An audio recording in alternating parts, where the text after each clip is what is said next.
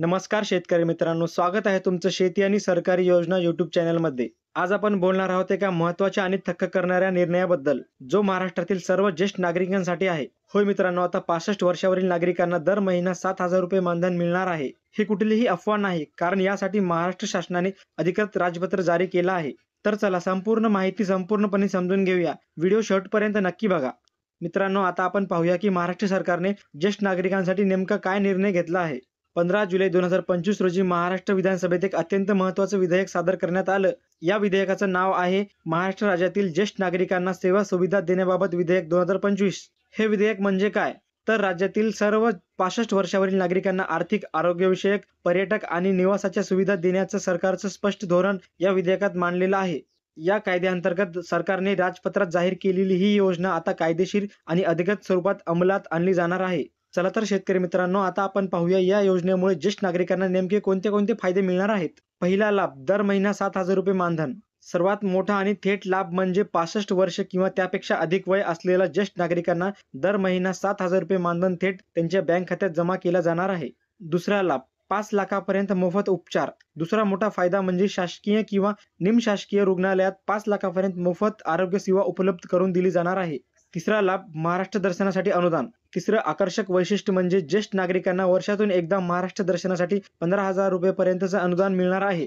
चौथा लाभ, निवारा व जेवणाची पूर्ण व्यवस्था।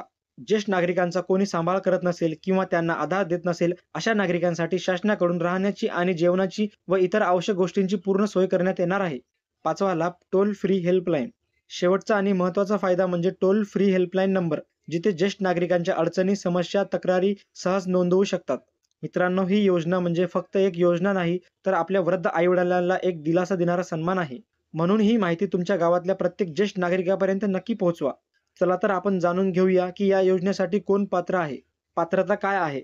सर्वप्रथम अर्ज करणाऱ्याचं वय 65 किंवा त्यापेक्षा अधिक असणं आवश्यक आहे। दुसरं म्हणजे अर्जदार महाराष्ट्रातील रहिवासी असणं आवश्यक आहे। ही योजना फक्त महाराष्ट्रातील नागरिकांसाठी लागू आहे। कागदपत्रांची यादी, या योजनेसाठी अर्ज सादर करताना काही महत्त्वाची कागदपत्रे लागणार आहेत। वयाचा पुरावा म्हणजेच जन्म दाखला, मतदान, ओळखपत्र इत्यादी। रहिवासी पुरावा म्हणजेच राशन कार्ड, वीज बिल, डोमेसाईल सर्टिफिकेट इत्यादी। आधार कार्ड किंवा इतर ओळखपत्र, तुमचे बँक खाते तपशील, IFSC कोड, खात्याचा क्रमांक इत्यादी। म्हणूनच मित्रांनो, तुमचं वय 65 वर्षापेक्षा जास्त असेल, तुम्ही महाराष्ट्राचे रहिवासी असाल आणि तुमच्याकडे कागदपत्रही आहेत, तर तुम्ही या योजनेसाठी पूर्णपणे पात्र आहात। ही माहिती लिहून ठेवा आणि लवकरात लवकर तुमची कागदपत्रे तयार ठेवा। चला तर आपण पुढे पाहूया या योजनेसाठी अर्ज कसा करायचा आहे। मित्रांनो, ही योजना सुरू झाल्यावर सरकारकडून ऑनलाईन आणि ऑफलाईन दोन्ही पद्धतीने अर्ज करण्याची सुविधा दिली जाणार आहे। ऑनलाईन अर्ज नेमका करायचा कसा? तुमच्याकडे मोबाईल किंवा कॉम्प्युटर असेल तर तुम्ही घरी बसून ऑनलाईन अर्ज करू शकता। या प्रक्रियेसाठी अधिकृत पोर्टल उपलब्ध करून दिलं जाईल। एकदा लिंक जाहीर झाली की अर्ज प्रक्रिया अगदी सोप्या स्टेप्समध्ये केली जाईल। ऑफलाईन अर्ज कसा करायचा आहे? जर तुमच्याकडे इंटरनेट सुविधा नसेल तर चिंता करू नका, कारण तहसील कार्यालय किंवा जिल्हाधिकारी कार्यालयात जाऊन आपण ऑफलाईन अर्ज करू शकता। अर्ज करताना लागणारी सर्व कागदपत्र, वयाचा पुरावा, ओळखपत्र, बँक तपशील वगैरे सोबत घेऊन जा। अर्ज प्रक्रिया कशी सुरू होईल? सध्या ही योजना जाहीर केलेली आहे, मात्र अर्जाची नेमकी प्रक्रिया आणि तारखा लवकरच अधिकृतपणे जाहीर केल्या जातील। त्या क्षणी आम्ही शेती आणि सरकारी योजना या आपल्या चॅनलवर संपूर्ण माहिती स्टेप बाय स्टेप दाखवणार आहोत। म्हणूनच अजून जर तुम्ही चॅनलला सबस्क्राईब केलं नसेल तर आत्ताच करा आणि बेल आयकॉनला प्रेस करायला विसरू नका, म्हणजे सूचना सगळ्यात आधी तुमच्यापर्यंत पोहोचतील। जर कोणी तुमच्या कुटुंबातील किंवा नातेवाईक या योजनेसाठी पात्रता असतील तर त्यांना ही माहिती नक्की शेअर करा। चला तर आता आपण पाहूया ही योजना सुरू होण्याआधी तुम्ही कोणती तयारी करून ठेवायला हवी। सर्वप्रथम तुमचं वय 65 वर्ष किंवा त्यापेक्षा जास्त आहे ना, यासाठी तुमच्या वयाचा पुरावा तयार ठेवा, जसं की जन्मतारीख असलेलं ओळखपत्र किंवा जन्म दाखला। तुमचं आधार कार्ड किंवा ओळखपत्र तयार ठेवा, कारण ते आवश्यक असणार आहे। तुमचा रहिवासी पुरावा जसं की डोमासाईल, राशन कार्ड किंवा वीज बिल हे सुद्धा जवळ असू द्या। आणि सगळ्यात महत्त्वाचं म्हणजे तुमचं बँक खाते तपशील, खात्यांचा क्रमांक, IFSC कोड यांची माहिती व्यवस्थित लिहून ठेवा।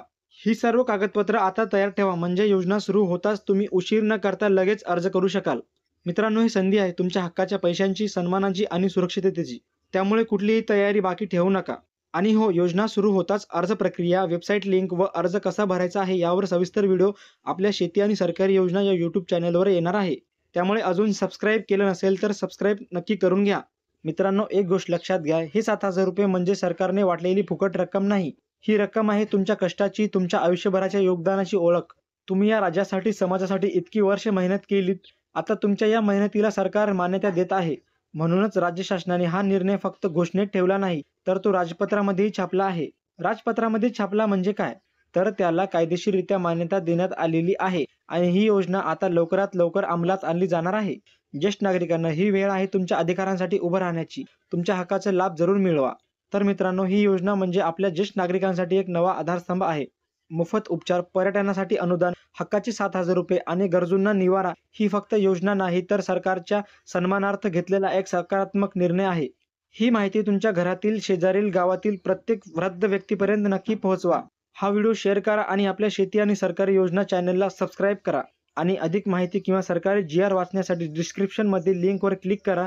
धन्यवाद. जय हिंद, जय महाराष्ट्र.